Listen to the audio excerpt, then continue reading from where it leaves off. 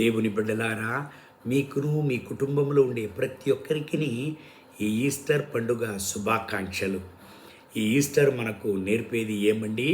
ఎంత చీకటి ఉన్నా చివరికి వెలుగు గెలుస్తుంది. మత్తయి రాసిన సువార్త 28వ అధ్యాయం 6వ వాక్యము చెప్తుంది చూడండి. ఆయన ఎక్కడ లేరు, ఆయన లేచి ఉన్నారు. అవును ప్రియమైన దేవుని బిడ్డలారా, మీరు ఏ పరిస్థితుల్లో ఉన్నా గుర్తించుకోండి, మీ కథ పూర్తి అవలేదు. విశ్వాసంతో లేచి ముందుకు సాగండి.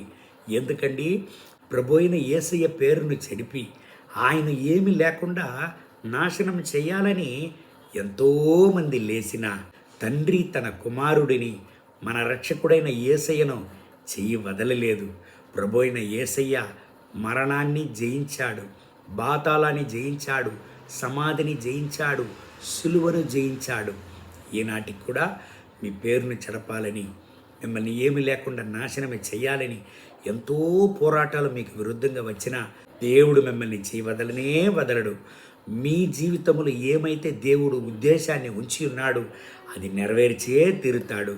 భయపడకండి, చోలిపోకండి. ఈ దేవుని వాగ్దానం ప్రకారం దేవుడు మిమ్మల్ని ఆశీర్వదించి ఈరోజంతా నడుపునుగాక. కళ్ళు మూసి ప్రార్థన చేద్దామా? మహోన్నతమైన ప్రభువా, ఈ ఉదయకాల సమయంలో నాతో ఏకీభవించి ప్రార్థన చేసి ఈ దేవుని బిడ్డల కొరకు ప్రార్థన చేస్తున్నాను. వీళ్ళను ఆశీర్వదించండి. మీ రక్తపు కోటలో వీళ్ళను దాచుకోండి. యేసయ్యా, వీళ్ళకు విరోధంగా వచ్చే పోరాటాలు, ఆపదలు, భయాలు, వేదనలు, వ్యాధులు ఇప్పుడే వీళ్ళ నుంచి తొలగునుగాక. మీ పునరుజ్జీవ శక్తి ఇప్పుడే వీళ్ళ జీవితంలో, వీళ్ళ కుటుంబంలో దిగునుగాక. వీళ్ళను ఆశీర్వదించి నడపండి. యేసయ్య నామములో తండ్రి, ఆమేన్, ఆమేన్.